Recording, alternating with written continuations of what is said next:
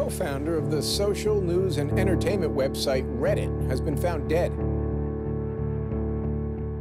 Sin duda era un prodigio, aunque él nunca pensó que lo fuera.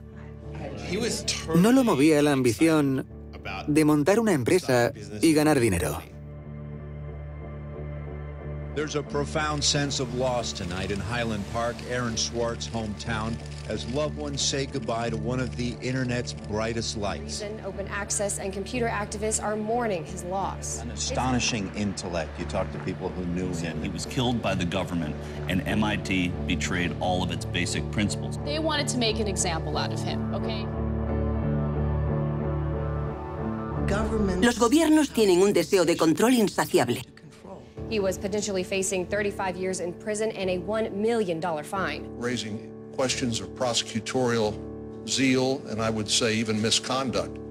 Have you looked into that particular matter and reached any conclusions? Growing up, I slowly had this process of realizing that all the things around me that people had told me were just the natural way things were, the way things always would be. They weren't natural at all. They were things that could be changed, and they were things that, more importantly, were wrong and should change. And once I realized that, there was really kind of no going back.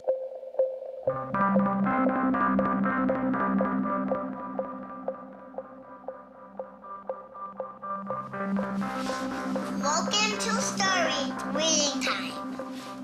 The name of the book is Paddington at the Fair. Nació y creció aquí, en Highland Park. Aaron tenía 2 hermanos y todos eran muy inteligentes. No siempre nos portábamos bien. Éramos 3 niños pequeños corriendo por la casa y causando problemas.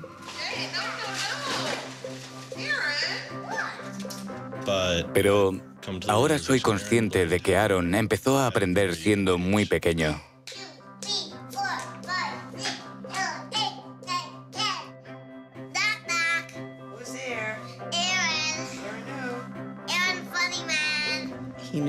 Sabía lo que quería y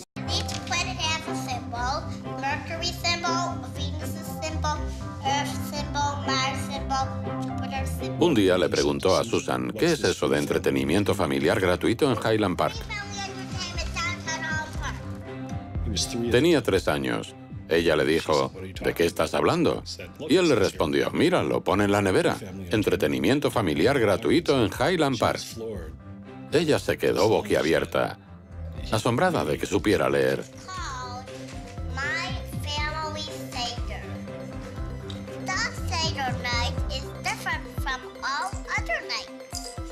Recuerdo que una vez estábamos en la biblioteca de la Universidad de Chicago. Cogí de la estantería un libro de 1900, se lo enseñé y me dijo, este sitio es extraordinario. Todos éramos muy curiosos, pero a Aaron le encantaba aprender y enseñar.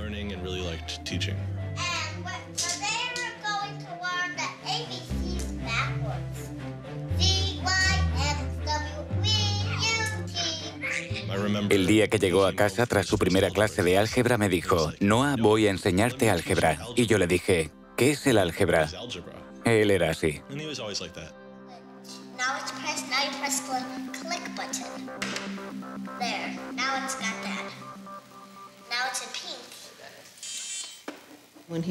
Cuando tenía 2 o 3 años, Bob le mostró un ordenador y se volvió loco con ellos.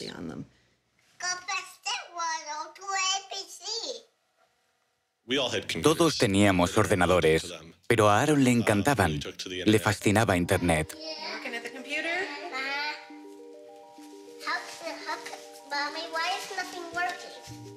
Empezó a programar cuando era muy joven. Recuerdo el primer programa que escribimos en BASIC. Era un juego de conocimientos sobre la guerra de las galaxias. Nos sentábamos juntos en el sótano, donde estaba el ordenador, y pasábamos horas programando el juego. Cuando yo ya me cansaba, él siempre encontraba algo nuevo que hacer o resolver con un programa informático.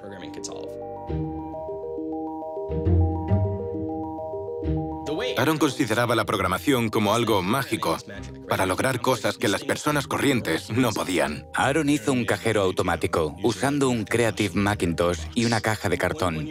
Un año en Halloween No recuerdo de qué quería disfrazarme, pero a él le pareció una idea fantástica que me disfrazara de su nuevo ordenador favorito, que en aquel momento era el iMac.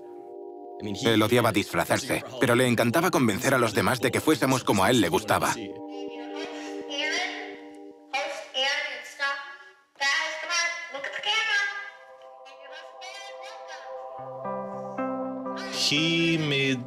Creó una página web llamada The Info, en la que la gente podía meter información. Pensó, seguro que hay personas que lo saben todo sobre el oro, por ejemplo, y podrían escribirlo en esta página web.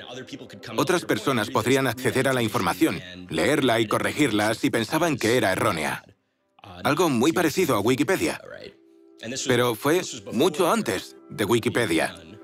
Y lo desarrolló un niño de 12 años, en su habitación, usando un servidor diminuto y tecnología primitiva. Uno de sus profesores le dijo, es una idea terrible. No puedes dejar que cualquiera edite tu diccionario o tu enciclopedia. Para eso existen los expertos. ¿Cómo se te ha ocurrido una idea tan mala? Mi hermano y yo siempre decíamos, Wikipedia no está mal, pero nosotros tenemos algo parecido en casa desde hace 5 años. La página web de Aaron, theinfo.org, gana un concurso escolar organizado por la compañía de diseño de páginas web con base en Cambridge Arts Digital. Empieza a unirse a comunidades de programación online y a implicarse en el desarrollo de una nueva herramienta para Internet. Me dijo, Ben, estoy trabajando en algo alucinante. Tienes que saberlo. Le contesté, ¿sí? ¿Qué es? Y me dijo, es una cosa llamada RSS. Me explicó de qué se trataba y le pregunté, ¿para qué sirve? ¿Va a usarla alguna página web? ¿Para qué la querrían? Se creó una lista de correos de personas que estaban trabajando en RSS y XML. En ella aparecía el nombre de Aaron Swartz, una persona combativa pero inteligente con muy buenas ideas. Nunca acudía a las reuniones y le preguntaron, ¿cuándo vas a venir a una de las reuniones para conocernos en persona? Y él contestó, no creo que mi madre me deje, tengo 14 años.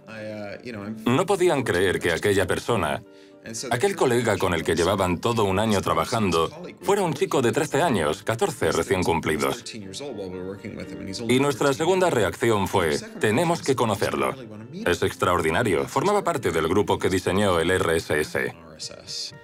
Él ayudó a construir los cimientos del hipertexto moderno.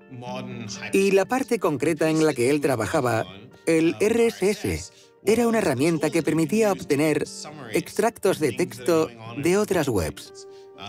Normalmente se usa para los blogs. Si queremos leer los blogs de 10 o 20 personas, extraemos su contenido en formato RSS, que es una síntesis de todo lo que publican. De ese modo, podemos elaborar una recopilación de noticias de otras páginas. Aaron era muy joven, pero veía que la tecnología era imperfecta y buscaba formas de mejorarla.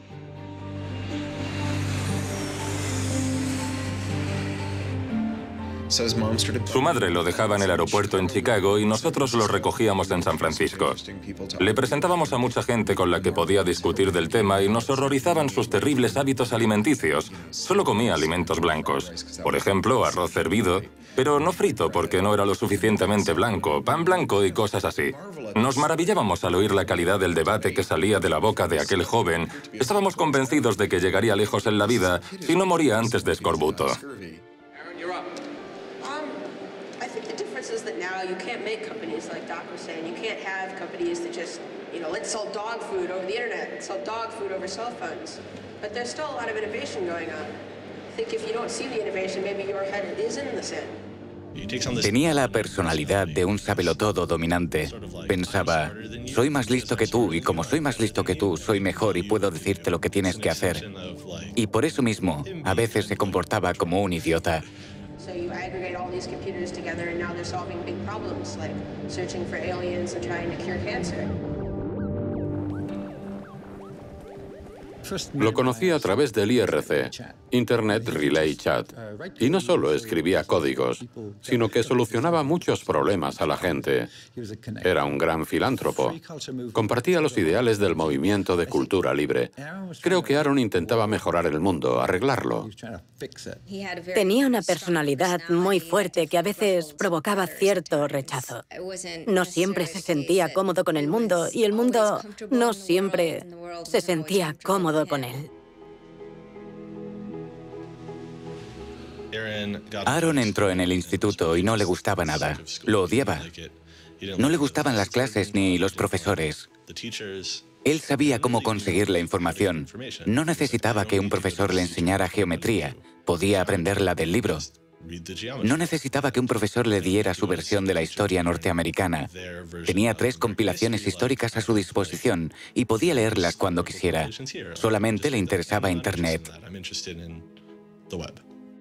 Was very frustrated with school. I thought, the teachers didn't know what they were talking about, and they were very domineering and controlling, and the homework was kind of a sham, and it was just like, all a way to pin students together and force them to do busy work.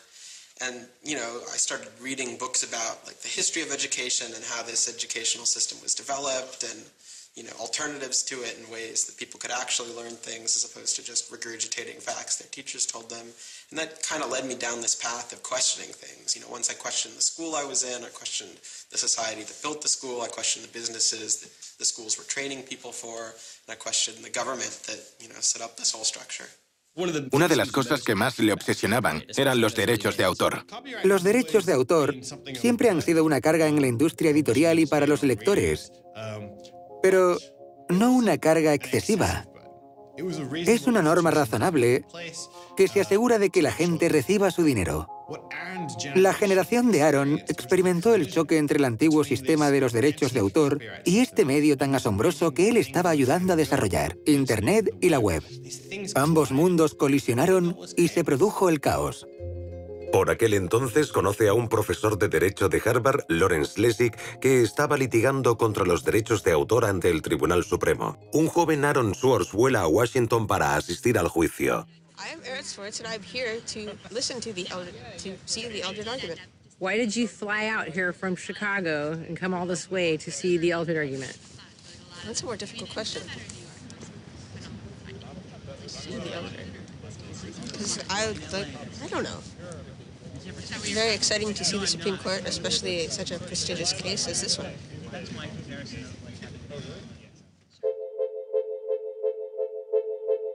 Lessig también trabaja en una nueva forma de definir los derechos de autor en Internet. Se llama Creative Commons.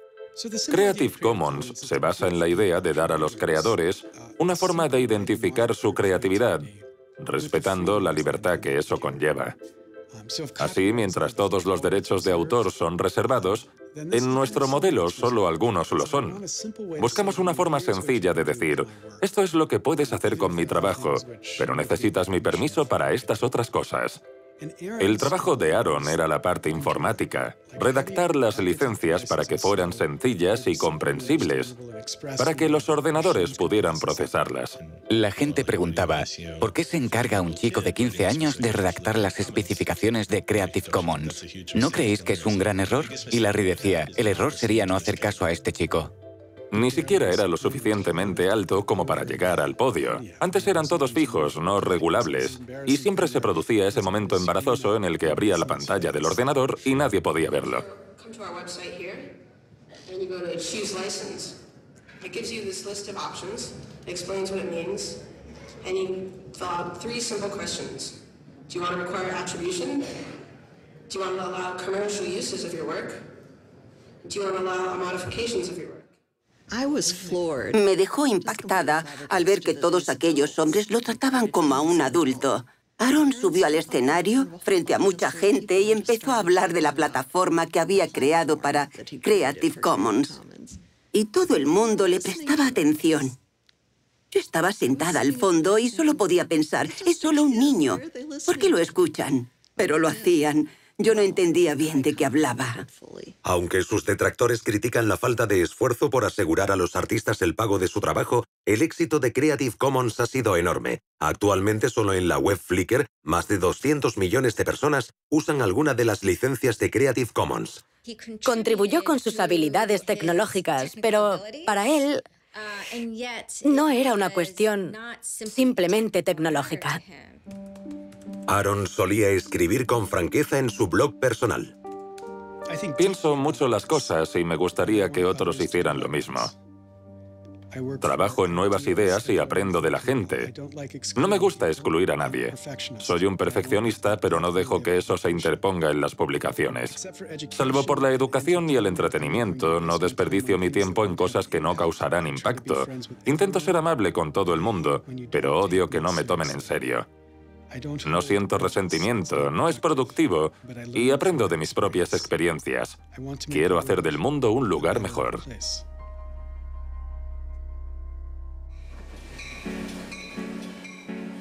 En 2004, Schwartz deja Highland Park y se matricula en la Universidad de Stanford. Parecía una colitis ulcerosa que era muy problemática y nos preocupaba que no tomara su medicación. Fue hospitalizado y tenía que tomarse un cóctel de pastillas todos los días. Una de ellas contenía esteroides, lo que detuvo su crecimiento y lo hizo sentir diferente del resto de los estudiantes. Creo que Aaron se presentó en Stanford dispuesto a terminar su carrera y acabó metido en un programa para estudiantes muy cualificados que en 4 años acabarían siendo grandes magnates y dirigirían las principales empresas del país.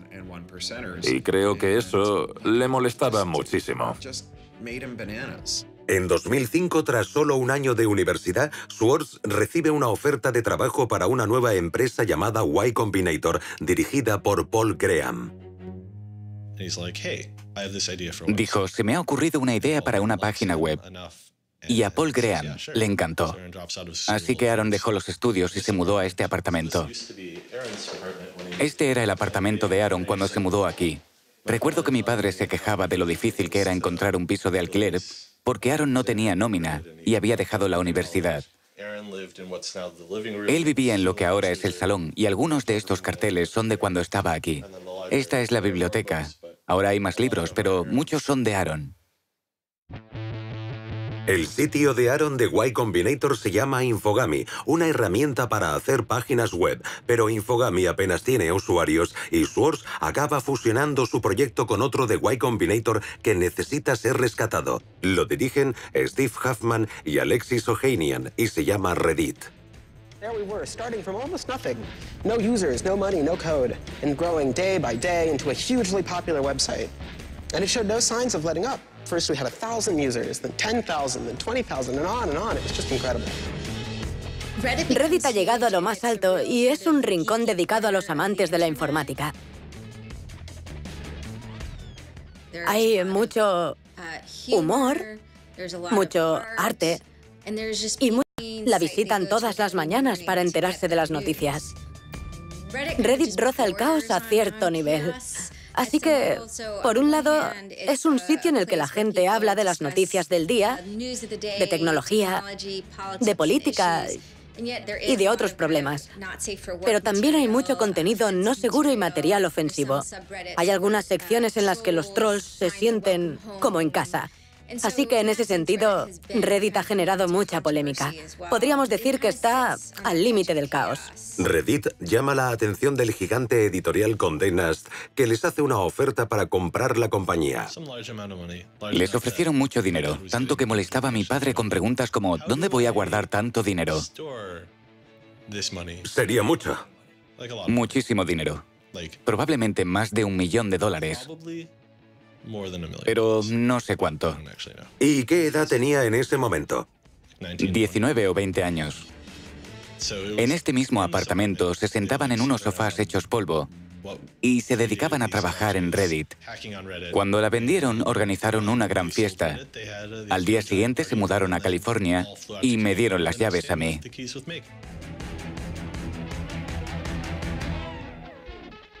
Fue curioso porque acababa de vender su empresa y todos suponíamos que era rico. pero dijo, voy a instalarme en esta habitación que parece una caja de zapatos. No necesito más. No era mucho mayor que un armario. Para él, la idea de gastar el dinero en objetos de lujo era impensable. Siempre decía, me gusta vivir en apartamentos, así que no voy a gastar una fortuna en una mansión. Y me gusta vestir con vaqueros y camisetas, así que no voy a gastar dinero en ropa. Para él no era importante. Lo que sí es importante para Schwartz es cómo fluye el tráfico de Internet y qué nos llama más la atención. In the old system of broadcasting, you were fundamentally limited by the amount of space in the airwaves. You know, you could only send out 10 channels over the airwaves of television, right? Or even with cable, you had 500 channels. On the internet, everybody can have a channel. Everyone can get a blog or a MySpace page. Everyone has a way of expressing themselves. And so what you see now is not a question of who gets access to the airwaves. It's a question of who gets control over the ways you find people. You know, you start seeing power centralizing in sites like Google, these sort of gatekeepers that tell you where on the internet you want to go, the people who provide you your sources of news and information. So it's not, you know, only certain people have a license to speak. Now everyone has a license to speak. It's a question of who gets heard.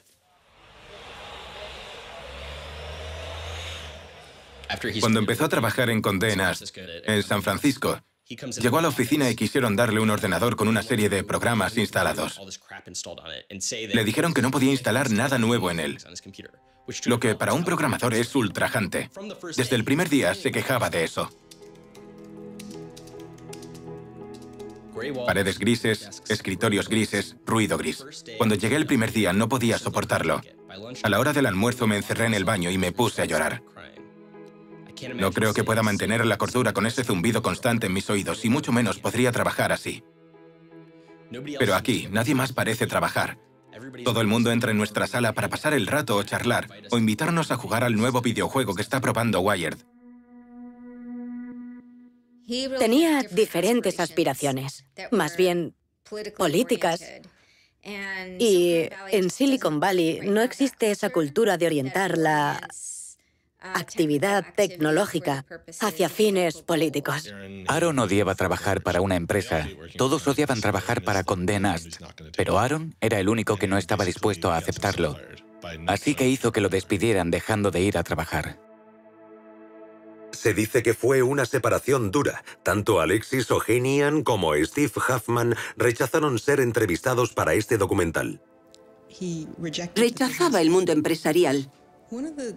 Una de las cosas más importantes a tener en cuenta de esa elección es que cuando Aaron decidió dejar la empresa, también dejaba atrás todo lo que le había hecho famoso y corría el riesgo de decepcionar a sus seguidores. Fue donde todo el mundo esperaba que fuera. Pero tuvo la sensatez y el sentido común de admitir que había escalado una montaña de mierda para plantar una rosa.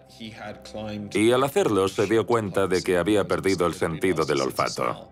En vez de quedarse allí sentado, intentando convencerse de que no era tan malo como parecía y deleitándose por haber conseguido la rosa, volvió a bajar. Y eso es alucinante. Aaron consideraba la programación como algo mágico.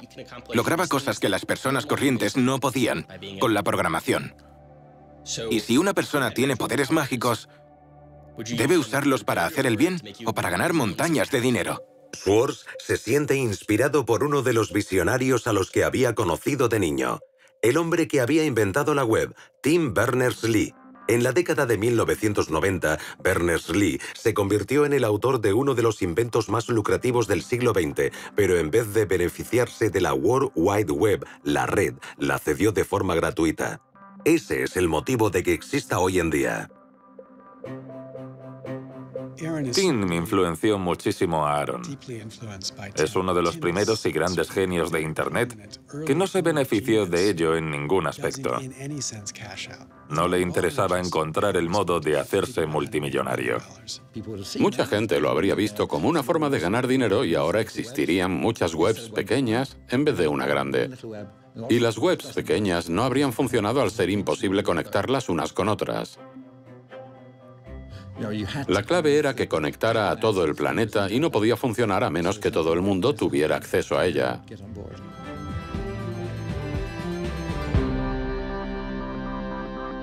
I mean, I feel very strongly that it's not enough to just live in the world as it is, to just kind of take what you're given and, follow the things that adults told you to do and that, your parents told you to do and that society tells you to do. I think you should always be questioning. I take this very scientific attitude that everything you've learned is just provisional, that, it's always open to recantation or refutation or questioning. And I think the same applies to society. Once I realized that there were real serious problems, fundamental problems that I could do something to address, I didn't see a way to forget that. I didn't see a way not to.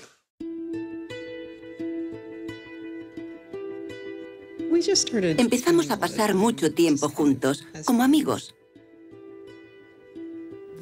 Hablábamos durante horas, todas las noches. Tendría que haber comprendido que él estaba flirteando conmigo, pero creo que hasta cierto punto yo pensaba que era mala idea, que era imposible y que lo mejor era fingir que aquello no estaba sucediendo. Mi matrimonio se derrumbaba y yo no tenía dónde ir. Nos fuimos a vivir juntos y me llevé a mi hija conmigo. Amueblamos la casa y llevábamos una vida muy tranquila. Hacía mucho tiempo que mi vida y la suya no eran tan tranquilas.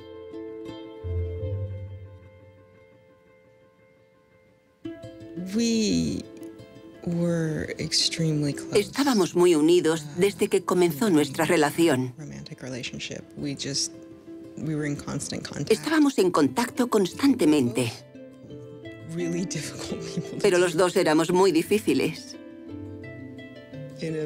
Durante una discusión, él me confesó que tenía una canción favorita y le pedí que me la pusiera. Se trataba de Extraordinary Machine, de Fiona Apple. Creo que le gustaba porque transmite esa sensación de prepararse para una batalla. Y también porque inspira mucha esperanza.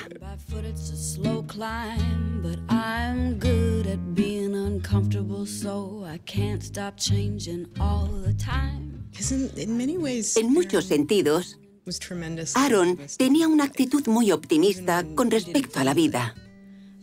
Incluso cuando no lo sentía, podía ser muy optimista.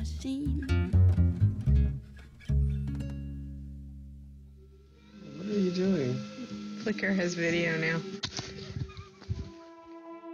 Schwartz se vuelca en una serie de nuevos proyectos relacionados con el acceso a información pública, incluido un portal de aprovechamiento de recursos llamado watchdog.net y una página llamada The Open Library. The Open Library Project is a website that you can visit at openlibrary.org, and the idea is to be a huge wiki, an editable website with one page per book. So for every book ever published, we want to have a web page about it that combines all the information from publishers, from booksellers, from libraries, from readers, onto one site, and then gives you links where you can buy it, you can borrow it, or you can browse it.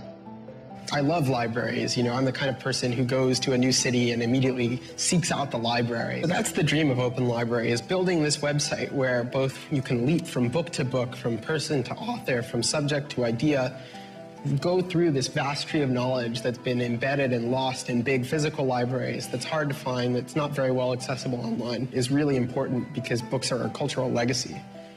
Books are the place people go to write things down, and to have all that swallowed up by one corporation is kind of scary. ¿Cómo se da acceso público al dominio público? Puede parecer obvio tener acceso público al dominio público, pero no es así. Lo de dominio público debería ser accesible para todo el mundo, pero a menudo está protegido, suele estar blindado. Es como tener un parque nacional con un foso alrededor y armas para protegerlo y evitar que alguien intente disfrutar de él. Una de las cosas que interesaban a Aaron era dar acceso público al dominio público, y fue eso lo que lo metió en tantos problemas. Intenté acceder a los archivos del Tribunal Federal de Estados Unidos y me encontré con un confuso sistema llamado PACER, acrónimo de Acceso Público a los Archivos Electrónicos del Tribunal. Empecé a buscar por Internet y fue entonces cuando di con Carl Malamud. access to legal materials in the United States is a $10 billion per year business. Pacer es una increíble abominación del servicio público. Cuesta 10 centavos la página y tiene unos códigos totalmente incomprensibles. No se puede buscar ni marcar nada y hay que introducir una tarjeta de crédito, pero son archivos públicos.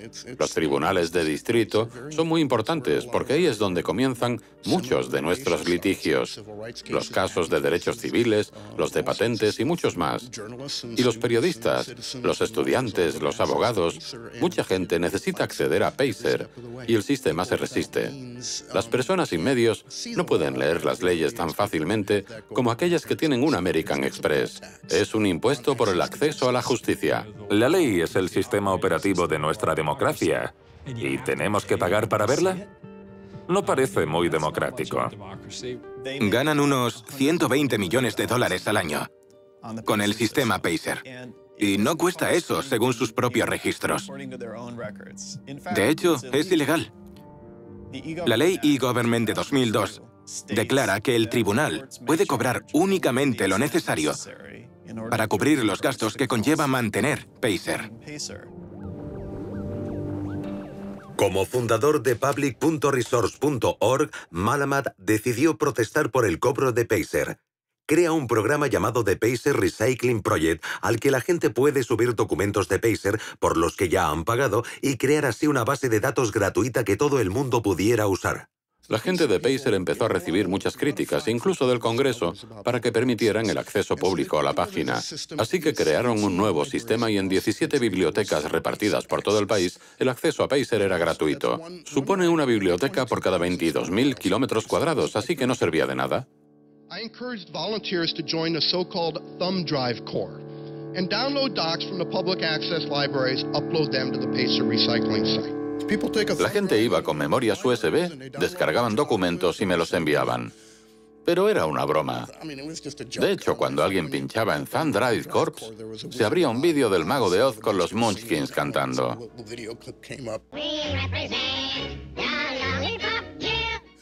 Recibí una llamada de Steve Schultz y Aaron diciéndome, queremos unirnos a Thumb Drive Corps. En esa época, coincidí con Aaron en una conferencia.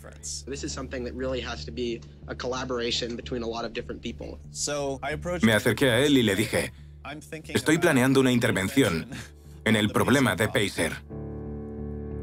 Schultz ya había desarrollado un programa capaz de descargar automáticamente documentos de Pacer de las bibliotecas con acceso gratuito. Schwartz quiere verlo. Le mostré el código. Y en ese momento, yo no sabía qué estaba haciendo. Pero luego resultó que durante el resto de horas que duró la conferencia, se había sentado en un rincón para mejorar mi código con la ayuda de un amigo suyo que vivía cerca de una de esas bibliotecas y que fue hasta allí y empezó a probar el código mejorado. En ese momento, la gente de los tribunales empezaron a darse cuenta de que algo no iba bien. And come in, and soon there were 760 gigabytes of Pacer docs, about 20 million pages. Usando información obtenida de las bibliotecas con acceso gratuito, Schwartz hace una descarga masiva automatizada paralela del sistema Pacer. Se hace con unos 2,7 millones de documentos federales, casi 20 millones de páginas de texto. Now, I'll grant you that 20 million pages had perhaps exceeded the expectations of the people running the Pilot Access Project, but surprising a bureaucrat isn't illegal. Aaron y Carl decidieron informar al New York Times de lo que había pasado. También llama la atención del FBI que empieza a vigilar la casa de los padres de Schwartz en Illinois. Recibí un tuit de su madre en el que decía, «Llámame». Y pensé, ¿qué demonios está pasando?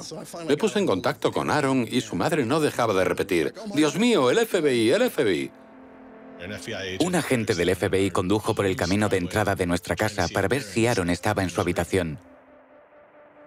Yo estaba en casa ese día y me preguntaba qué hacía ese coche entrando y saliendo por nuestro camino. Era muy raro. 5 años después lo leí en el informe del FBI y dije, «Oh, Dios mío, había un agente del FBI en la entrada de mi casa». Estaba aterrado, totalmente aterrado. Y se asustó aún más cuando un agente del FBI lo llamó e intentó convencerlo de que acudiera a una cafetería sin un abogado. Me contó que se fue a casa y se acostó en la cama, temblando. La descarga saca a la luz un gran número de violaciones de las leyes de privacidad en los documentos de los tribunales y estos se ven obligados a cambiar su política. El FBI cierra el caso sin presentar cargos. Hasta el día de hoy me parece increíble que alguien, incluso en el puesto más insignificante del FBI, pudiera pensar que el dinero de los contribuyentes debía destinarse a investigar a una persona por robo criminal en base a que había hecho públicas sentencias. ¿Cómo pueden llamarse representantes de la ley y pensar que hacer públicas las sentencias no está bien? Aaron estaba dispuesto a arriesgarse por las causas en las que creía. Molesto por las injusticias sociales, Swartz va más allá de la tecnología y se involucra en una gran variedad de causas políticas. Fui al Congreso y lo invité a venir conmigo para trabajar en prácticas durante un tiempo. De ese modo podría aprender el proceso político. Y se dedicó a aprender el funcionamiento, a adquirir nuevas habilidades y a hackear la política. It seems ridiculous that miners should have to hammer away until their whole bodies are dripping with sweat, faced with the knowledge that if they dare to stop, they won't be able to put food on the table that night, while I get to make larger and larger amounts of money each day just by sitting and watching TV. But apparently the world is ridiculous. So I co-founded a group called the Progressive Change Campaign Committee, and what we try and do is we try and organize people over the internet who care about progressive politics and moving the country in a more progressive direction to kind of come together, join our email list, join our campaigns, and help get progressive candidates elected all across the country. El grupo es responsable de la campaña para promover la elección de Elizabeth Warren al Senado. Puede que pensara que era un sistema estúpido, pero vino para aprender su funcionamiento porque pensaba que podía ser modificado como cualquier sistema social. Pero su pasión por el conocimiento y las bibliotecas no queda relegada a un segundo plano. Aaron empieza a interesarse por las instituciones que publican artículos académicos. By virtue of being students at a major U.S. university, I assume that you have access to a wide variety of scholarly journals. Pretty much every major university in the United States pays these sort of licensing fees to organizations like JSTOR and Thomson and ISI to get access to scholarly journals that the rest of the world can't read. Estas publicaciones, artículos e investigaciones son básicamente toda la riqueza del conocimiento humano en Internet, y muchas han sido pagadas con dinero del gobierno o de los contribuyentes, pero para leerlas hay que volver a pagar elevadas tasas a editores como Reed Elsevier. These licensing fees are so substantial that people who are studying in India instead of studying in the United States don't have this kind of access. They're locked out from all of these journals. They're locked out from our entire scientific legacy. I mean, a lot of these journal articles, they go back to the Enlightenment. Every time someone has written down a scientific paper, it's been scanned and digitized and put in these collections. That is a legacy that has been brought to us by the history of people doing interesting work, the history of scientists. It's a legacy that should belong to us as a commons, as a people, but instead it's been locked up and put online by a handful of for-profit corporations who then try and get the maximum profit they can out of it. Un investigador financiado por una universidad o el gobierno publica un artículo y en el último paso del proceso, una vez que está hecho todo el trabajo y se ha terminado la investigación, la idea, el trabajo de laboratorio, el análisis, después de todo eso, en la última fase, el investigador debe entregar sus derechos de autor a una empresa multimillonaria, y eso no está bien. Se trata de un negocio basado en un trabajo voluntario y los editores se sientan encima del pastel para comerse toda la nata. Es una estafa. Una editorial de Gran Bretaña obtuvo unos beneficios de $3.000 millones el año pasado. Es un timo. JSTOR juega un papel insignificante en esta historia, pero por algún motivo fue la empresa a la que Aaron decidió desafiar. Asistió a varias conferencias sobre acceso libre y publicación libre. No sé quién era la persona de JSTOR, pero en un momento dado Aaron le preguntó: ¿cuánto costaría liberar el material de JSTOR para siempre? Y le contestó, creo que dijo $200 millones, algo que a Aaron le parecía absurdo. Trabajando con una beca en Harvard, se entera de que los usuarios de la red del MIT, abierta y muy rápida, tienen acceso a los contenidos de JSTOR. Schwartz aprovecha la oportunidad. You have a key to those gates. And with a little bit of shell script magic, you can get those journal articles. El 24 de septiembre de 2010, Schwartz registra un portátil láser recién comprado en la red del MIT con el nombre de Gary Host. El usuario se registra como Ghost Laptop. No pirateó JSTOR en el sentido tradicional de la palabra. La base de datos de JSTOR estaba organizada, así que le resultó muy fácil averiguar cómo descargar todos los artículos. Estaban numerados, así que no tuvo más que poner barra, número de artículo 444.024 y 25 y 26. Creó un script o guión de comandos en Python llamado keygrabbing.py, que fue cogiendo un artículo tras otro. Al día siguiente, Ghost Laptop empieza a coger artículos, pero la IP del ordenador no tarda en ser bloqueada. Para Schwartz no es más que un pequeño alto en el camino. Cambia la dirección IP del portátil y sigue descargando. JSTOR y el MIT toman varias medidas para tratar de impedir la descarga cuando se dan cuenta. Y cuando esas medidas no funcionaron, JSTOR negó el acceso del MIT a su base de datos. Así que durante un tiempo jugaron al gato y al ratón, accediendo a la base de datos de JSTOR. Por supuesto, Aaron era el gato, ya que su habilidad tecnológica era muy superior a la de los informáticos de JSTOR que intentaban proteger el sistema. En el sótano de uno de los edificios había un cuarto de comunicaciones abierto. Y en vez de conectarse por Wi-Fi, bajó hasta allí, conectó el ordenador directamente a la red y lo dejó descargando todos los artículos con un disco duro externo. Sin que Schwartz lo sepa, su ordenador y el disco duro son descubiertos por las autoridades que no detienen la descarga. En vez de eso, instalan una cámara de vigilancia. Encontraron el ordenador en el sótano de un edificio del MIT. Podrían haberlo desconectado, haber esperado a que el propietario volviera para decirle: «Oye, ¿qué estás haciendo? Corta eso, ¿quién eres tú?». Pero no lo hicieron. Querían grabarlo para reunir pruebas en su contra. Ese es el único motivo por el que se graba una cosa así.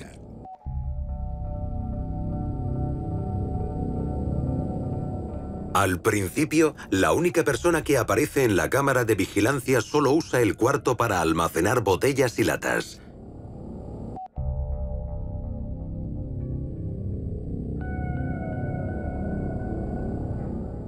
Pero días después, la cámara graba a Schwartz.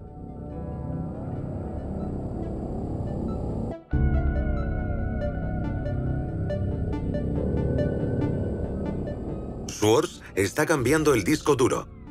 Lo saca de su mochila, desaparece de la imagen durante unos 5 minutos y luego se marcha.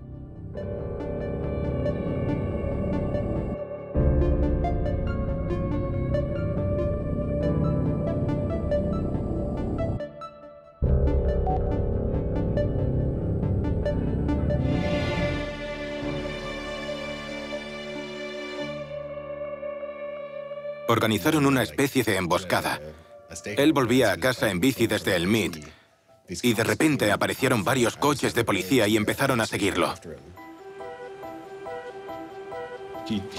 Él contaba que los agentes lo embistieron. Me dijo que no se dio cuenta de que eran policías que querían arrestarlo. Pensaba que alguien intentaba atacarle. Me dijo que lo golpearon.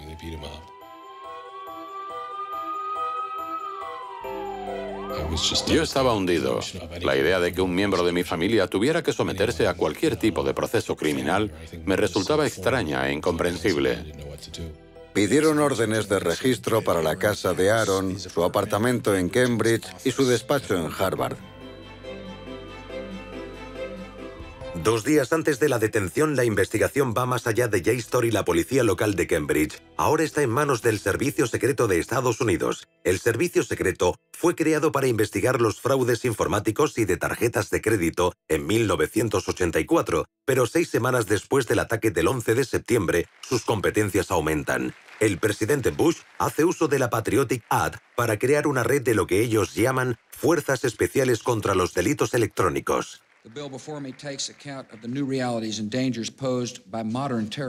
Según el servicio secreto, actúan principalmente contra actividades de gran impacto económico, grupos criminales organizados y estafas relacionadas con las nuevas tecnologías. El servicio secreto lleva el caso de Swords a la Fiscalía de Boston. Había un tipo en la Fiscalía con el título de director de las Fuerzas Especiales o la División de Delitos Informáticos. No sé a qué se dedicaría, pero uno no es fiscal de crímenes informáticos si no tiene crímenes informáticos que resolver. Así que se abalanzó sobre el caso, decidió llevarlo él, no se lo asignó a ninguna otra persona de la Fiscalía. Es Steven Hyman. El fiscal Steven Hyman se mantiene apartado de la vida pública desde el arresto de Aaron Swartz, pero podemos verlo en este episodio del programa de televisión American Greed, grabado en la época de la detención de Aaron.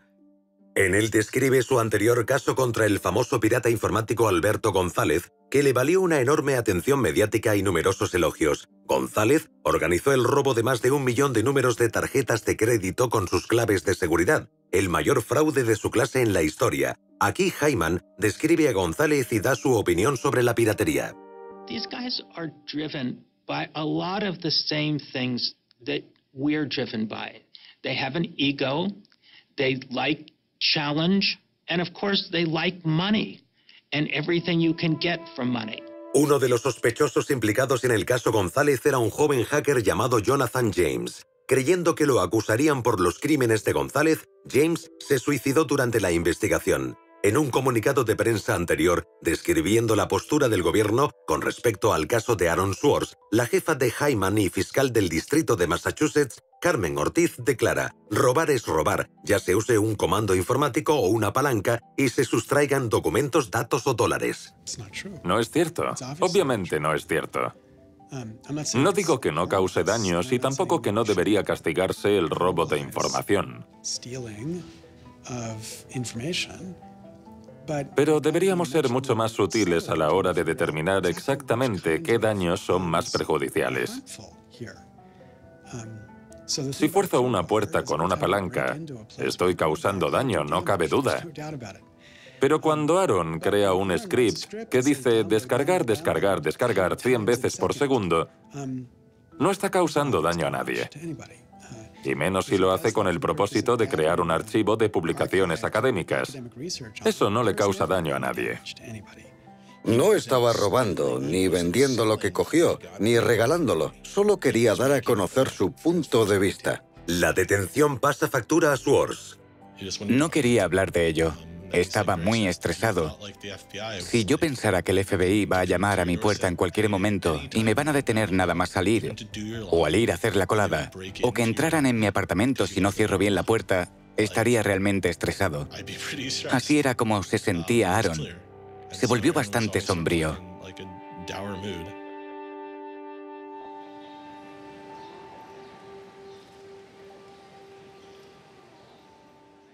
En aquella época nunca dejaba muy claro dónde iba, porque le daba miedo de que el FBI lo estuviera esperando.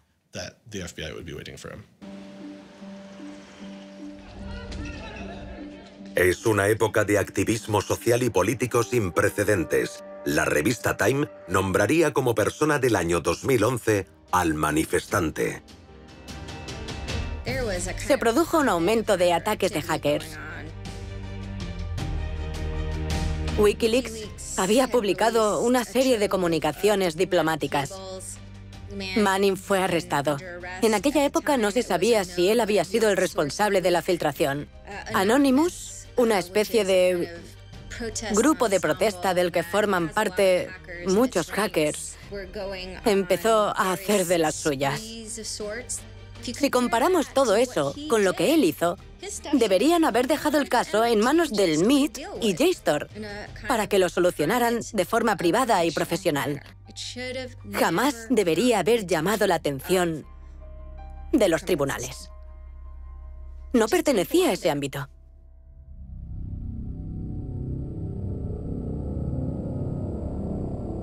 Antes de ser acusado, y 1 año de arresto domiciliario sin usar ordenadores en ningún momento. A cambio, Schwartz debe declararse culpable de un delito grave. Allí estábamos. No teníamos ni idea de cuál era la acusación del gobierno ni sus pruebas, pero debíamos tomar la decisión. Y nuestro abogado insistía en que aceptáramos. El gobierno nos ponía unos requisitos innegociables y todo el mundo nos decía que las probabilidades de ganar eran mínimas. Así que, aunque no fuera culpable, más le valía aceptar el trato. Boston tiene su propia división de delitos informáticos con muchos abogados, probablemente más de los que necesitan. Y seguramente tenían una enorme cantidad de casos que no podían llevar a juicio porque algunos delincuentes viven en Rusia o pertenecen a corporaciones con abogados que cobran 500 o 700 dólares la hora que se enfrentarían a ellos. Y después estaba el caso de este chico. Era fácil demostrar su culpabilidad y el FBI ya lo tenía fichado. Así que, ¿por qué no ir a por él con todo el peso de la ley? Sería bueno para la imagen del fiscal y la del gobierno, porque demostrarían que estaban luchando contra todo tipo de terroristas. Estaba muy asustada. Me daba miedo que se llevaran mi ordenador y acabar en la cárcel por el contenido de mi ordenador. En mi portátil tenía material confidencial procedente de fuentes de mi anterior trabajo. Y mi prioridad es mantener siempre la privacidad de mis fuentes. Me daba mucho miedo lo que pudiera pasarle a Ada. Aaron me contó que le habían ofrecido un trato y que lo aceptaría si yo le pedía que lo hiciera.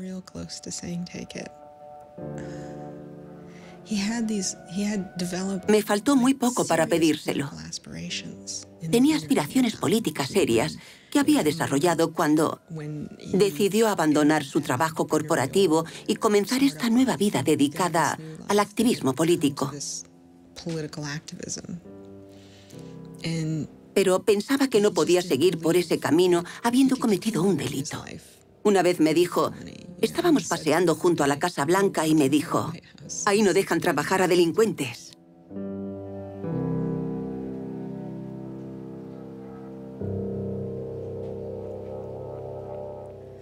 Quería que esa fuera su vida. No había matado a nadie, no había hecho daño a nadie, no había robado dinero. No había hecho nada que pudiera considerarse un delito grave. No había motivos para que lo tacharan de delincuente y le quitaran el derecho a voto en muchos estados por lo que había hecho. Era ultrajante. Era normal que se sintiera así. Podrían haberle puesto una multa o prohibirle la entrada al MIT para siempre. Pero, ¿declararlo un delincuente y encarcelarlo? Schwartz rechaza el trato. Hyman redobló sus esfuerzos y continuó presionándonos a todos los niveles. A pesar de las pruebas recuperadas del portátil, el disco duro y la memoria USB de Aaron, los fiscales necesitan pruebas de sus intenciones. ¿Por qué descargó Aaron Swartz artículos de JSTOR y qué planeaba hacer con ellos? El gobierno sostenía que planeaba publicarlos. No sabemos si esa era su intención, porque Aaron se dedicaba a hacer proyectos en los que analizaba grandes cantidades de datos procedentes de artículos para aprender de ellos.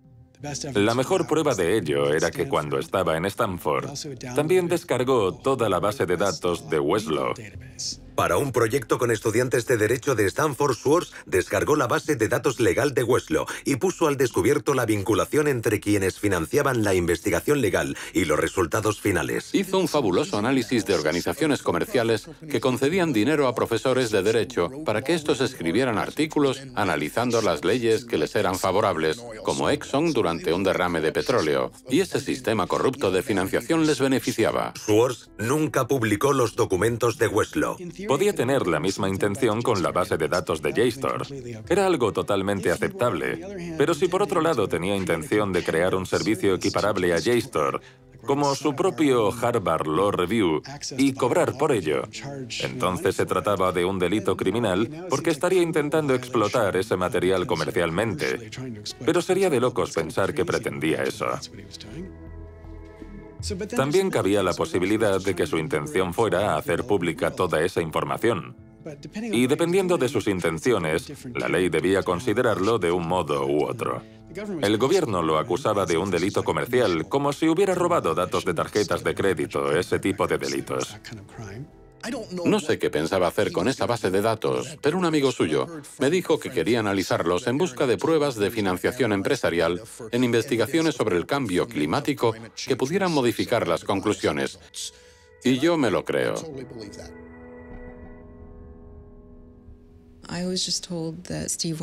Me dijeron que Steve quería hablar conmigo.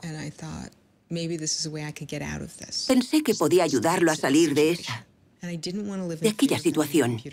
No quería vivir con el miedo de que me incautasen el ordenador, y con el miedo de ir a la cárcel por desacato si me negaba a entregar mi ordenador. Así que cuando me dijeron que Steve quería hablar conmigo, me pareció razonable. Hacen una propuesta a Norton que permite a los fiscales hacerle preguntas sobre el caso de Aaron a cambio de inmunidad para ella sobre cualquier información que revele durante la entrevista. No me gustaba la idea. Dije a mis abogados repetidas veces que me parecía sospechoso. No me gustaba. No quería inmunidad ni la necesitaba. No había hecho nada. Pero fueron muy estrictos. No estaban dispuestos a permitirme hablar con el fiscal sin inmunidad. Para que quede claro, te ofrecen un acuerdo de inmunidad limitada. Sí, exacto. En el que básicamente entregabas información a cambio de protección. No se trataba de entregar información. Al menos yo no lo veía así. Se trataba de hablar del tema con ellos. ¿Te hicieron preguntas? Me hicieron preguntas. Podían preguntar lo que quisieran. Y dijeras lo que dijeras, no podrían procesarte. Intenté rechazarlo varias veces. Dije una y otra vez que no quería la inmunidad. Estaba enferma y mis abogados no dejaban de presionarme. Estaba confusa. En aquel momento no me iba bien, estaba deprimida y asustada. No comprendía la situación en la que me encontraba. No tenía ni idea de lo que pasaba. Yo no había hecho nada interesante, ni mucho menos malo. Nos enfadamos mucho. Aaron se sentía muy confuso. Todos estábamos confusos. Hasta los abogados de Aaron. Intentamos que Quinn cambiara de abogados. No estaba acostumbrada a estar en una habitación con hombres adultos, armados, diciéndome constantemente que mentía y que intentaba ocultar algo. Les dije que lo que intentaban juzgar no era un delito, que se estaban equivocando. Recuerdo que usé la frase, estáis en el lado equivocado de la historia. Y me miraron con cara aburrida. No parecían enfadados, parecían aburridos. Y empecé a pensar que no hablábamos el mismo idioma. Les dije un montón de cosas sobre por qué la gente se descarga publicaciones académicas y al final, no recuerdo por qué, mencioné que había publicado en su blog el manifiesto de guerrilla por el acceso abierto. Este es el manifiesto de guerrilla por el acceso abierto, escrito supuestamente en julio de 2008, en Italia. La información es poder, pero como sucede con todo poder, hay quienes quieren quedárselo. Todo el patrimonio cultural y científico del conocimiento, publicado durante siglos en libros y publicaciones, continúa siendo digitalizado y guardado por unas cuantas empresas privadas. Mientras tanto, quienes habéis sido excluidos no os habéis quedado de brazos cruzados. Habéis fisgoneado a través de agujeros y trepado las vallas, liberando la información y compartiéndola con vuestros amigos. Pero todas estas acciones pasan desapercibidas y quedan ocultas.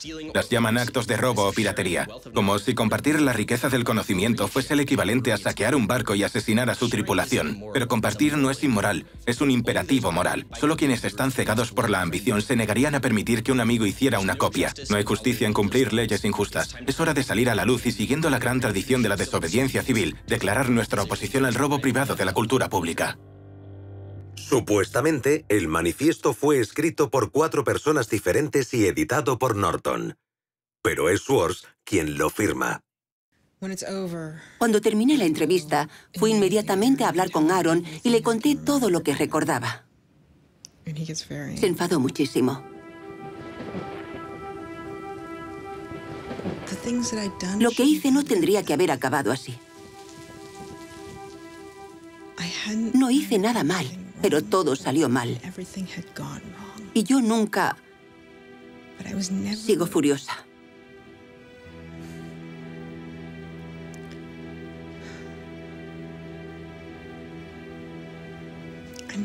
Sigo furiosa por haber intentado por todos los medios que aquella gente hiciera lo correcto y que ellos lo volvieran todo en mi contra, haciéndome daño de todas las maneras posibles.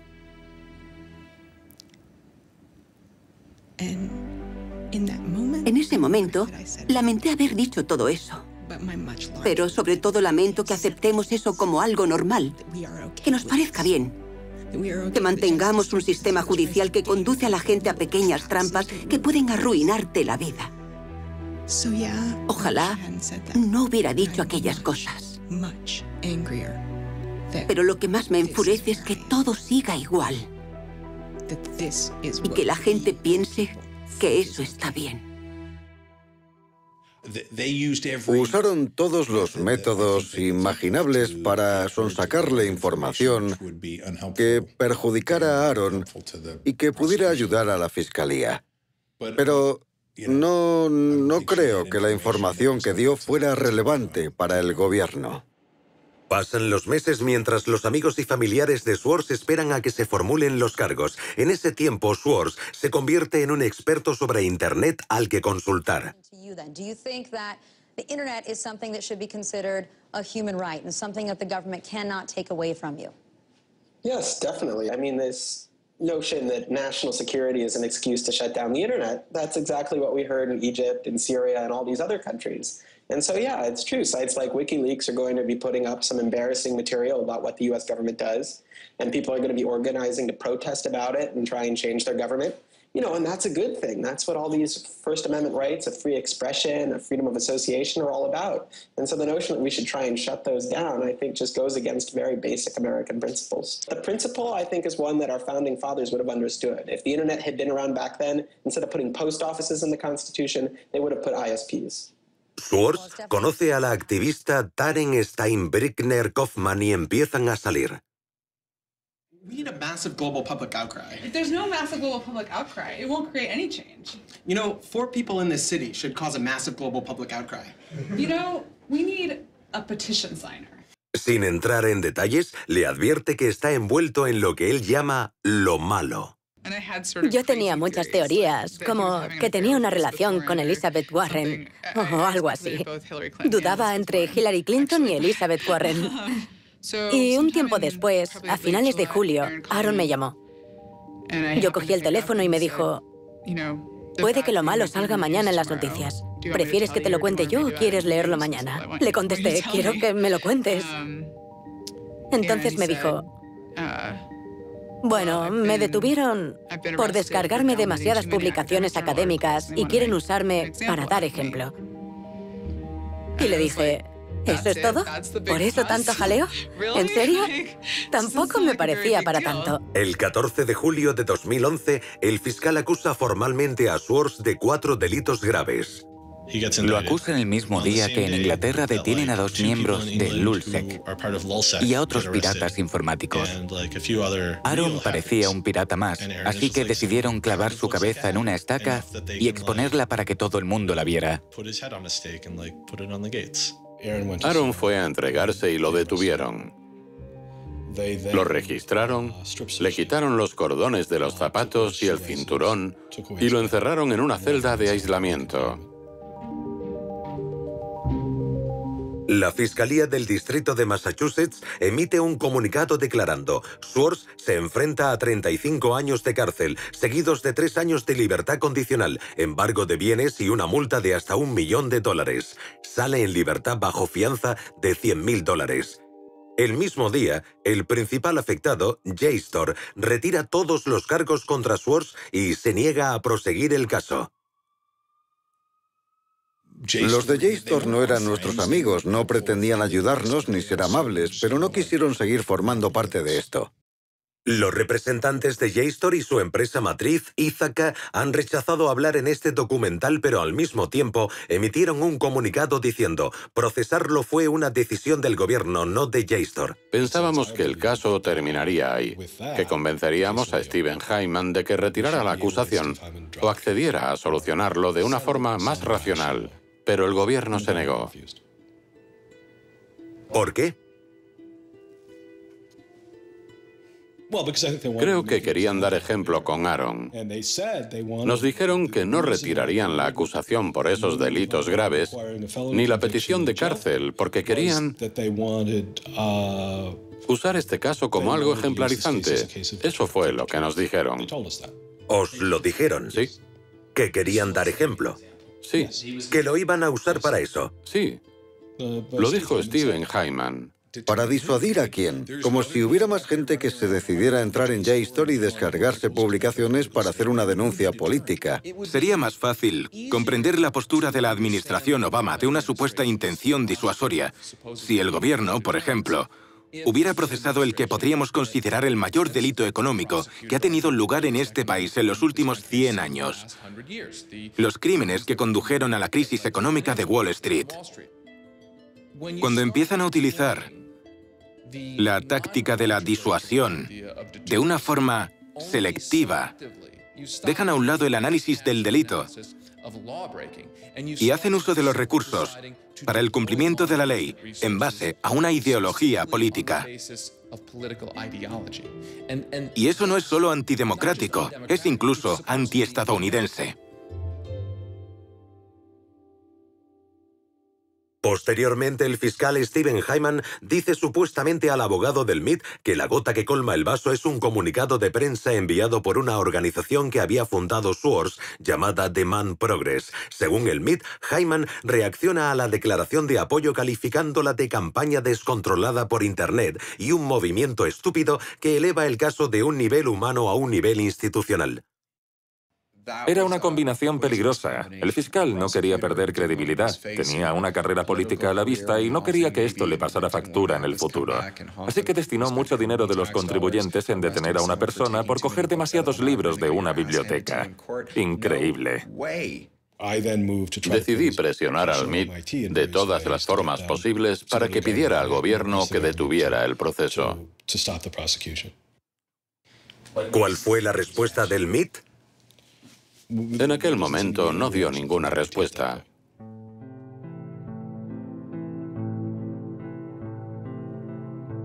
El MIT no defendía a Aaron, lo que para muchos miembros de su comunidad parecía ultrajante, porque sin duda es un centro que promueve la cultura hacker en cierto sentido.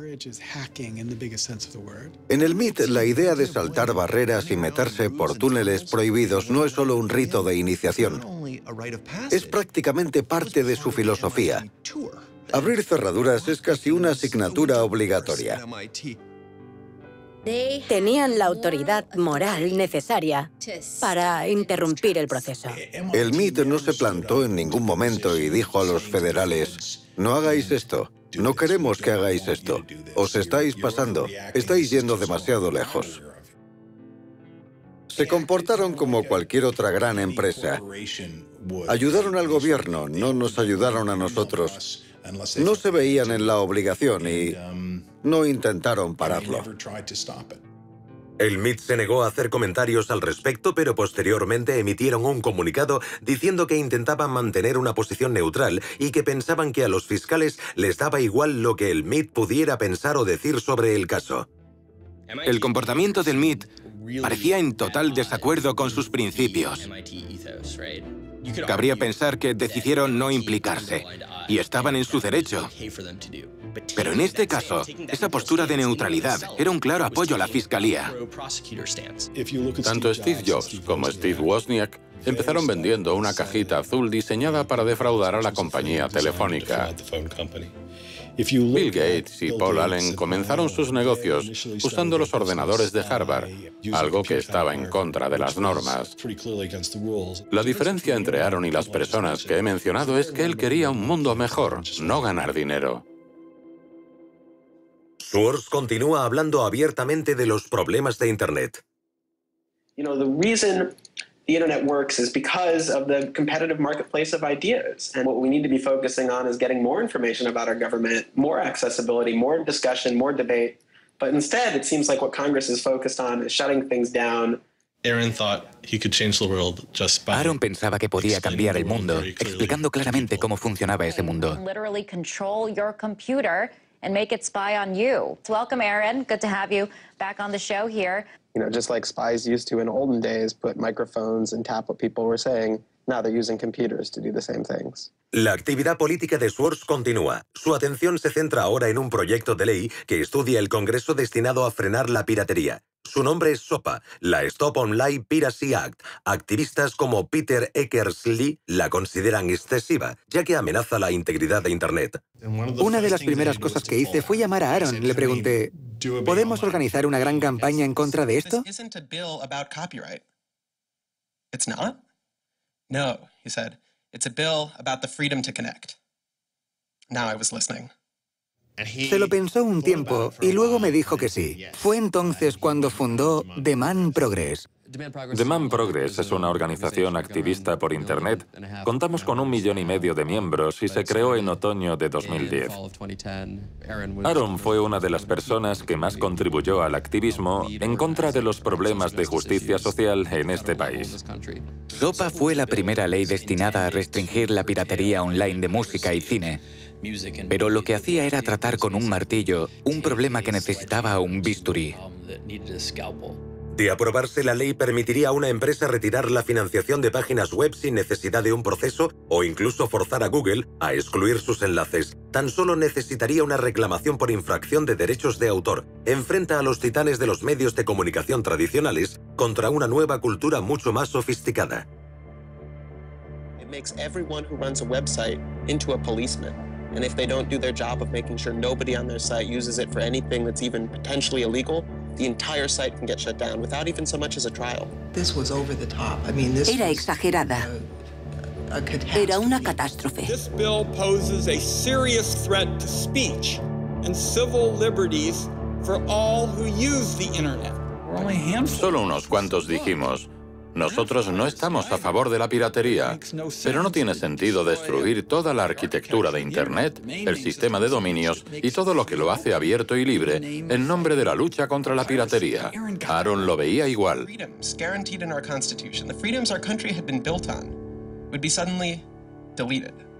New technology, instead of bringing us greater freedom, would have snuffed out fundamental rights we'd always taken for granted. And I realized that day, talking to Peter, that I couldn't let that happen. Cuando se propuso la ley SOPA en octubre de 2011, se consideraba inevitable. En aquel momento, nuestra estrategia se basaba en retrasarla y tal vez suavizarla un poco. Pero ni siquiera nosotros pensábamos que pudiéramos frenarla. Cuando trabajas en Washington, aprendes que allí los enfrentamientos legislativos son en realidad luchas entre intereses empresariales. Eso es lo que decide la legislación. Y los enfrentamientos más reñidos son los que se producen entre intereses corporativos que hacen contribuciones a campañas electorales o que representan determinados lobbies. Esos son los más reñidos. Cuando no hay enfrentamientos, es porque todo el dinero está de una parte, las grandes empresas están de una parte y millones de personas de otra. No había visto nada como la ley PIPA o SOPA en todos mis años de servicio público. Más de 40 senadores apoyaban la ley. Así que ya tenían un largo camino recorrido para conseguir los 60 votos necesarios para aprobarlas. Even I began to doubt myself. It was a rough period. Swartz y Demand Progress consiguen un gran apoyo usando métodos de concienciación tradicionales, combinados con un servicio de voz sobre IP para facilitar que la gente pudiera llamar al Congreso. Nunca había conocido a nadie capaz de operar a ese nivel, tanto tecnológico como de estrategia de campaña. Millones de personas llaman al Congreso y firman peticiones en contra de la ley SOPA. Al Congreso le pilla desprevenido. There was just something about watching those clueless members of Congress debate the bill watching them insist they could regulate the internet and a bunch of nerds couldn't possibly stop them. I am not a nerd. I'm just not enough of a nerd. Maybe we ought to ask some nerds what this thing really does. Let's have a hearing, bring in the nerds. Really? Nerds? You know, I think actually the word you're looking for is experts. To enlighten you so your laws don't backfire, break the internet. Usamos el término empollón, pero podemos hacerlo porque lo somos. El hecho de que llegaran hasta donde lo hicieron sin consultar a ningún experto demuestra el grave problema que hay en este país. I'm looking for somebody to come before this body and testify in a hearing and say this is why they're wrong. Antes había un departamento que asesoraba a los congresistas a nivel científico y tecnológico. Pero Gingrich lo cerró. Dijo que era un gasto inútil y en ese momento el Congreso regresó a la Edad Media. Nadie pensaba que se podía anular la ley SOPA. Ni siquiera Aaron. Merecía la pena intentarlo. Pero era una batalla perdida. Y recuerdo que unos meses después me dijo, creo que podríamos conseguirlo. Y le contesté, sería increíble. Las llamadas al Congreso continúan. Cuando el sitio de alojamiento de dominios GoDaddy decide apoyar la ley, decenas de miles de usuarios transfieren sus dominios en forma de protesta. En una semana, GoDaddy cambia de postura con respecto a la ley SOPA. Cuando los congresistas que apoyaban a la industria de la música y el cine se dan cuenta de la repercusión, deciden suavizar la ley. Se notaba la repercusión. Estaba claro que nuestros argumentos empezaban a resonar. Era como si Aaron encendiera una cerilla y se la apagaran. Encendía otra y se la apagaban. Pero al final consiguió que una prendiera y provocó un gran incendio.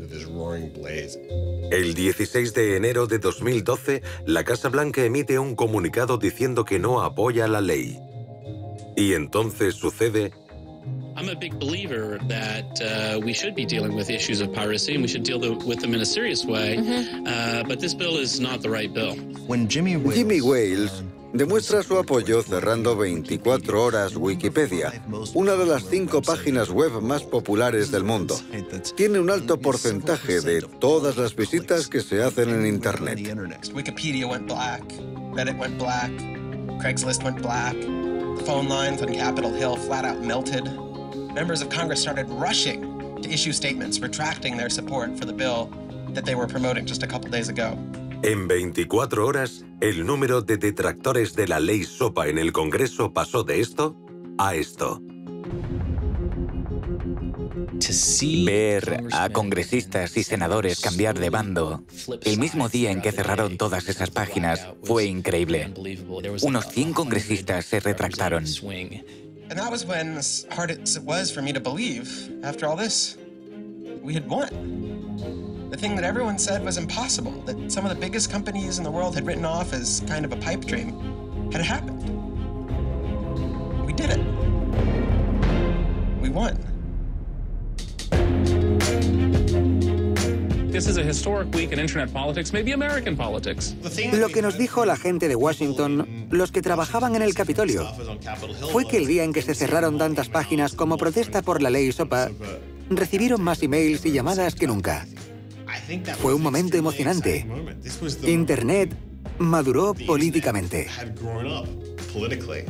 Fue impresionante, porque cuesta creer que sucediera.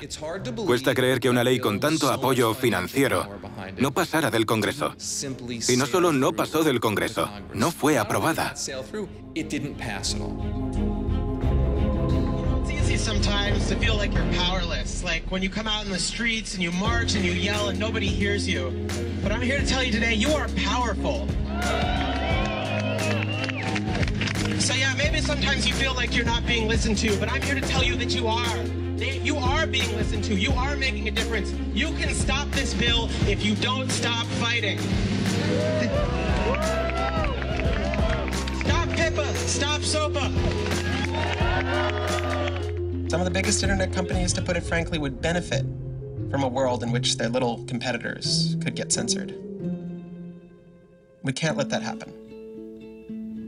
Para él era más importante asegurarse de hacer un pequeño cambio que jugar un pequeño papel en un gran cambio. Pero con la ley SOPA jugó un gran papel en un gran cambio. Así que para él fue una especie de prueba. Él quería dedicar su vida a cambiar el mundo. Y lo meditaba todo de una manera muy científica, midiendo su impacto. Pero aquello le demostró que era posible, que lo que quería hacer con su vida era posible. Demostró que podía hacerlo, que podía cambiar el mundo. Para un chico que pensaba que nunca había logrado nada, y me refiero a Aaron, aquel fue un momento de satisfacción al sentir que había hecho algo bueno y que posiblemente aquella sería su única victoria. Everyone said there was no way we could stop SOPA. We stopped it.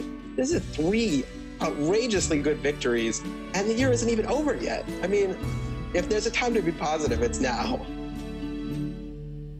Consiguió frenar la ley SOPA un año después de su detención, pero la alegría no era total por lo que le esperaba. Estaba decidido a participar en el proceso político. Era imparable. La lista de organizaciones que funda Swords, a veces en colaboración con otros, es enorme. Y años antes de que Edward Snowden sacara a la luz el problema de la vigilancia en la red, a Swords ya le preocupaba. It's shocking to think that the accountability is so lax that they don't even have sort of basic statistics about how big the spying program is. And if the answer is, oh, we're spying on so many people we can't possibly even count them, then that's an awful lot of people, right? And one thing if they said, look, you know, we know the number of telephones we're spying on, we don't know exactly how many real people that corresponds to, but they just came back and said, we can't give you a number at all. That's pretty, I mean, it's scary is what it is. Well, that's scary. Le presionaron muchísimo. Le quitaron todo el dinero que había ganado. Le amenazaron con arrebatarle su libertad. ¿Por qué lo hicieron? ¿Por qué persiguen a los activistas? ¿Por qué persiguen a las personas que revelan la verdad de determinadas cuestiones?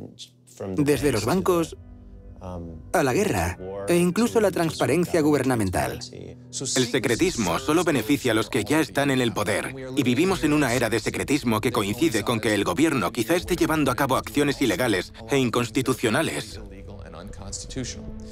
Y no creo que sea una coincidencia. It's very clear that this technology has been developed not for small countries overseas, but right here for use in the United States by the U.S. government. The problem with the spying program is it's this sort of long, slow expansion, you know, going back to the Nixon administration, right? Obviously, it became big after 9/11 under George W. Bush, and Obama has continued to expand it, and the problems have slowly grown worse and worse. But there's never been this moment you can point to, say, okay, we need to galvanize opposition today because today is when it matters.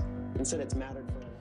En mi opinión, el fiscal que procesó a Aaron Swartz quería enviar un mensaje claro a un grupo de personas que la administración Obama consideraba una amenaza política. Y me refiero, por supuesto, a la comunidad de hackers y otros activistas a favor de la democracia. A mi entender, el mensaje que la administración Obama quería enviar a esta comunidad era: sabemos que tenéis la capacidad de causar problemas al gobierno, así que vamos a dar ejemplo con Aaron Swartz y asustaros lo más posible para que no causéis problemas. And the government said, oh, the legal opinions we're using to legalize the spying program are also classified. So we can't even tell you which laws we're using to spy on you. You know, every time they can say, oh, this is another instance of cyber war, the cyber criminals are attacking us again, we're all in danger, we're all under threat. They use those as excuses to push through more and more dangerous laws. And so just to follow that up, like, personally, how do you feel the fight is going, I guess? It's up to you. I know, but we gotta, like, you know.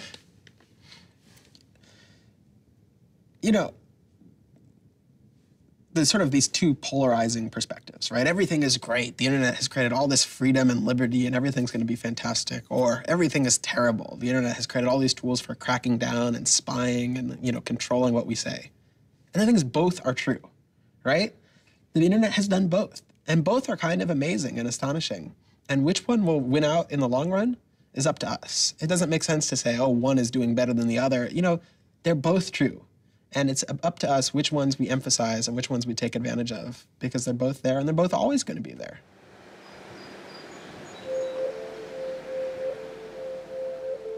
El 12 de septiembre de 2012, los fiscales presentan nuevos cargos contra Swords por fraude electrónico, acceso ilegal a un ordenador y fraude informático.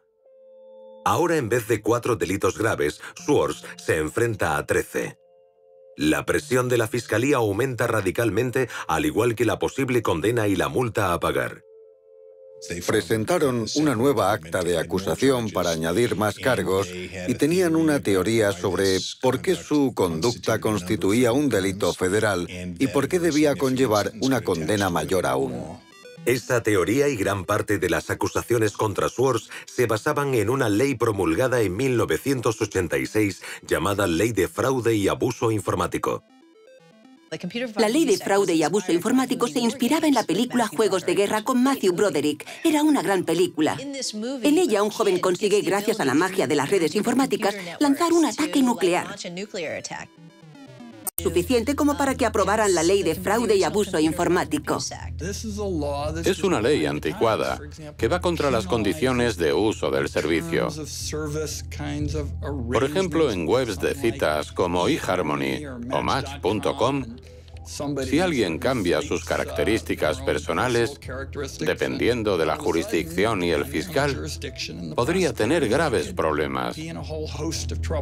Todos sabemos lo que son las condiciones de uso. La mayoría no las leen, pero incumplirlas podría significar estar cometiendo un delito grave. Las condiciones de uso de una web suelen decir: sea amable con los demás o no hagas nada inapropiado. La idea de que la ley penal tenga algo que decir con respecto a estas normas puede parecer una locura a mucha gente. Los ejemplos son incluso más extravagantes. Hasta que se cambió en marzo de 2013, las condiciones de uso de la página web de la revista juvenil 17 decían que había que ser mayor de 18 años para leerla. Tal y como el Departamento de Justicia ha interpretado la ley de abuso y fraude informático, todos estamos cometiendo delitos. Imprecisa y propensa a una mala interpretación, la ley de abuso y fraude informático se ha convertido en un modelo único para juzgar una gran variedad de infracciones informáticas. Aunque no es el único factor, en el caso de Swords, 11 de las 13 acusaciones en su contra están relacionadas con dicha ley. La pregunta ¿por qué? Pende sobre gran parte de la historia de Aaron Swords. ¿Qué motivaba al gobierno y cuál era su objetivo? El Departamento de Justicia se ha negado a contestar a nuestras preguntas, pero el profesor Orin Kerr, que trabajó como fiscal, ha estudiado el caso. Mi punto de vista sobre este caso es muy diferente al de otra gente por varios motivos. Fui fiscal del distrito durante 3 años antes de empezar a trabajar como profesor. El gobierno presentó un acta de acusación en base a los delitos que pensaban que él había cometido. En lo que respecta a la ley, teniendo en cuenta precedentes, leyes y casos similares que se habían juzgado hasta el momento, creo que las acusaciones eran justas. Sé que existe un gran debate sobre si debía ser procesado o no. Hay quienes apoyan el acceso abierto y hay quien no. Creo que el gobierno se tomó muy en serio el manifiesto de guerrilla por el acceso abierto. Lo veían como a una persona decidida a infringir la ley.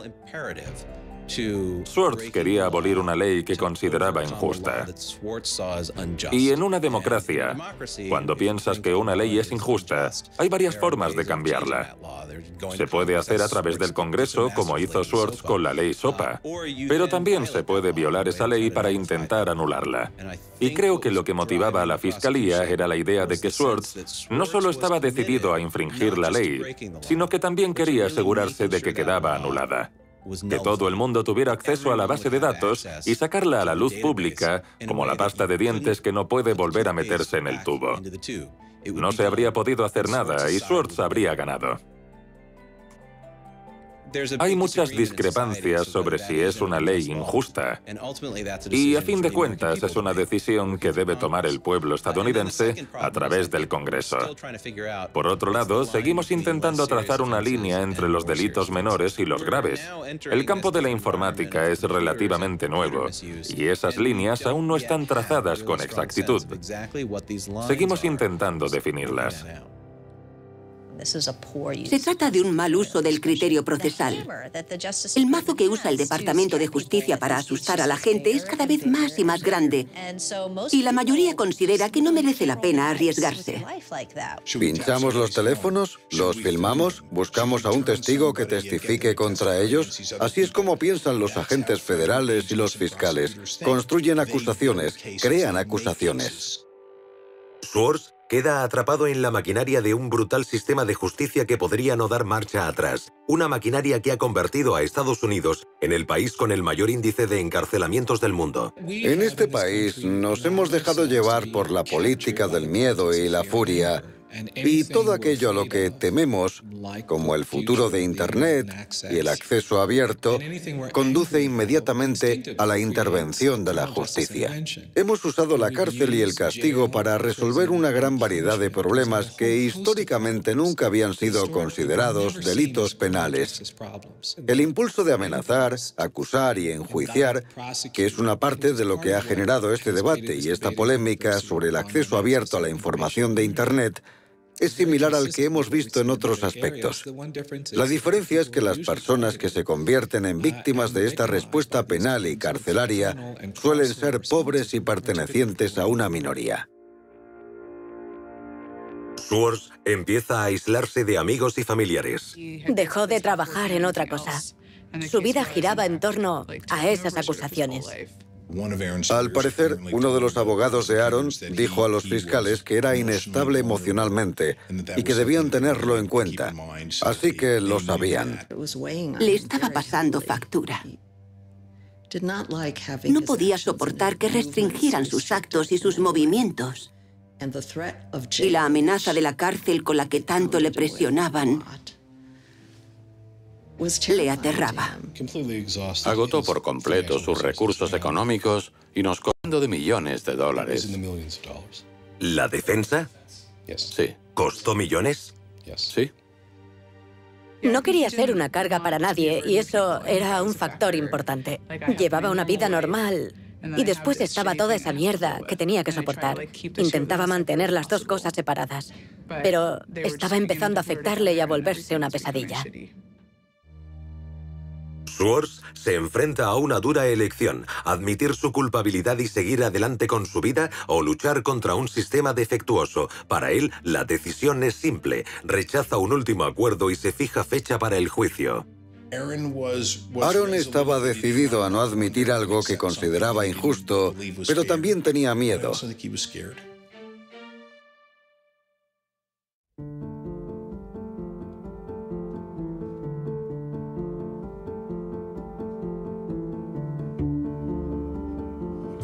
Yo creo que no habrían podido condenar a Aaron.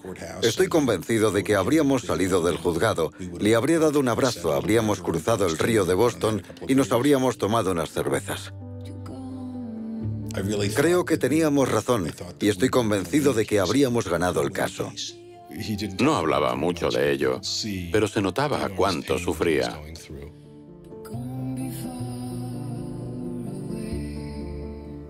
En ningún momento de su niñez tuvo cambios de humor, ni episodios depresivos, o nada que pudiera llevarnos a pensar que sufría una depresión. Pero puede que estuviera deprimido.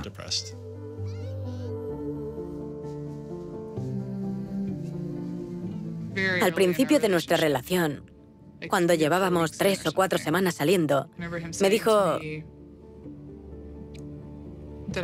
que yo era mucho más fuerte que él. Aaron era débil en muchos sentidos. Le costaba mucho más que al resto sobrellevar ciertas cosas, pero eso también formaba parte de su genialidad.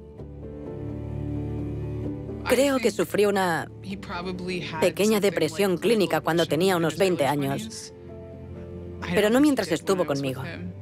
No era una persona alegre, pero eso no significaba que fuera depresivo. Simplemente había estado sometido a una enorme presión durante 2 años seguidos y no quería seguir soportándolo. Sencillamente fue demasiado.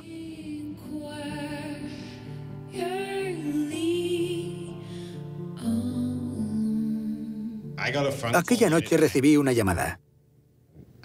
Sabía que algo no iba bien, así que llamé y me enteré de lo que había pasado.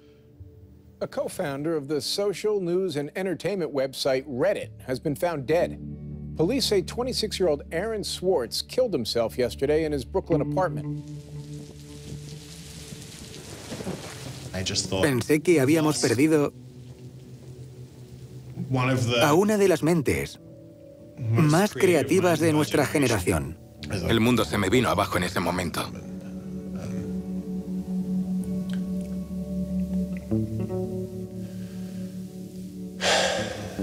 Fue una de las peores noches de mi vida. Yo gritaba, no te oigo, ¿qué has dicho? No te oigo.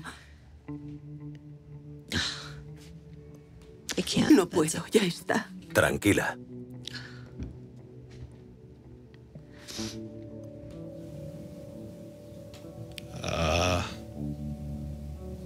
Nadie lo entendía.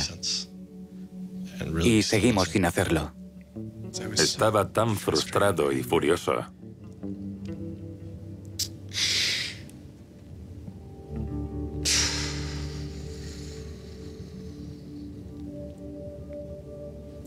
Intenté explicárselo a mis hijos. Mi hijo de 3 años me dijo que los médicos lo arreglarían.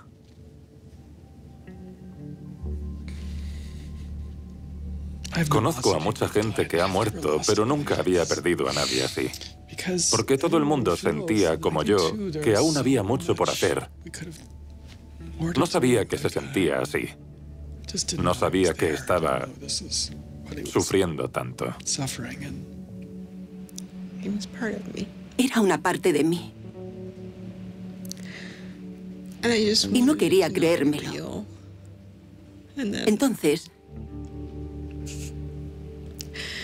Entonces entré en su página de Wikipedia y vi la fecha de su muerte.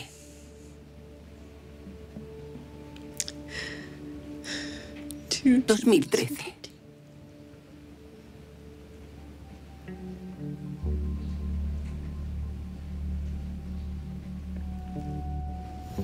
Aaron está muerto. Vagabundos de este loco mundo, hemos perdido a un mentor, a un sabio. Hackers por derecho, somos uno menos, hemos perdido a uno de los nuestros. Proveedores, cuidadores, oyentes, alimentadores, padres, todos, hemos perdido a un hijo. Lloremos.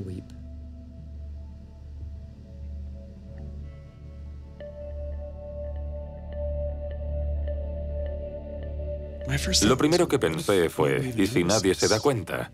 Porque no era consciente de lo notable que era. Nunca había visto un estallido de emociones como ese. La red se incendió.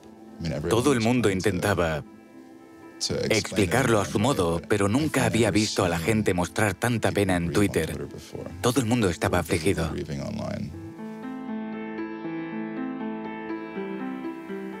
Era el chico de Internet y el viejo mundo lo había matado. Vivimos en una época en la que las grandes injusticias no se pagan. Los arquitectos de la crisis económica cenan con el presidente de forma regular. En estos tiempos, la idea de que esto es lo que el gobierno debería perseguir parece absurda, si no fuera tan trágica. La pregunta es, ¿podemos hacer algo para que el mundo sea un lugar mejor? ¿Cómo podemos perpetuar ese legado? Es lo único que debemos preguntar. En todo el mundo están empezando a celebrarse reuniones de hackers. En cierto modo, Aaron Swartz ha sacado lo mejor de nosotros. Y ahora todos nos preguntamos, ¿cómo podemos solucionar esto? He was, in my humble opinion, one of the true extraordinary revolutionaries that this country has produced. I don't know whether Aaron was defeated or victorious, but we are certainly shaped by the hand of the things that he wrestled with. When we turn armed agents of the law on citizens trying to increase access to knowledge, we've broken the rule of law, we've desecrated the temple of justice. Aaron Swartz was not a criminal. Change does not roll in on the wheels of inevitability. It comes through continuous struggle. Aaron really could do magic. And I'm dedicated to making sure that his magic doesn't end with his death. He believed that he could change the world, and he was right. Out of the last week and out of today, phoenixes are already rising.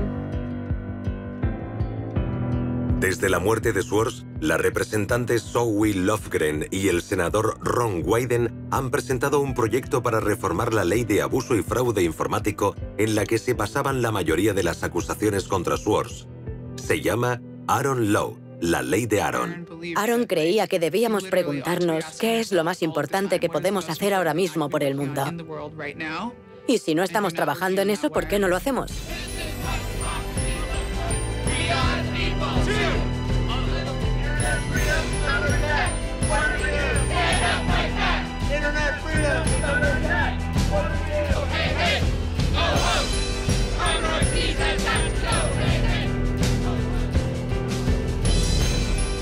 I wish we could change the past, but we cannot.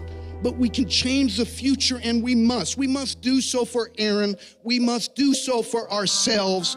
We must do so to make our world a better place, a more humane place, a place where justice works and access to knowledge becomes a human right. En febrero oí hablar de un chico de 14 años de Baltimore que tenía acceso a JSTOR. Había estado leyendo muchas de las publicaciones académicas y se le había ocurrido la forma de hacer pruebas de detección para el cáncer de páncreas. El cáncer de páncreas es mortal porque siempre se detecta demasiado tarde. Cuando lo detectamos es tarde para hacer algo. Envió correos al Departamento de Oncología de Johns Hopkins, cientos de ellos. Un chico de 14 años. Sí, 14 años. La mayoría de la gente lo ignoró, pero un investigador contestó a su correo y le dijo, no es ninguna tontería, ¿por qué no vienes? El chico dedicó las tardes y los fines de semana a trabajar con este investigador y en febrero salió en las noticias. Fue unas semanas después de la muerte de Aaron. Perdón. Este chico dijo que habían encontrado el modo de detectar el cáncer de páncreas en sus primeras etapas y eso iba a salvar muchas vidas. Y luego dijo que por eso era tan importante lo que había hecho Aaron. Porque nunca se sabe. Este conocimiento universal no es tan solo algo que usan los gobiernos para determinar los límites de velocidad en carreteras.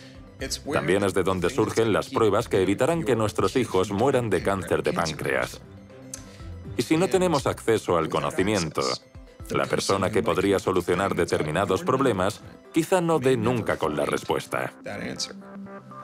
He slept so well, he didn't fall out of bed once, not even when he dreamed he was back on the spacecraft. Very good, Aaron. Very good. Yay, Aaron. Okay, now it's song time.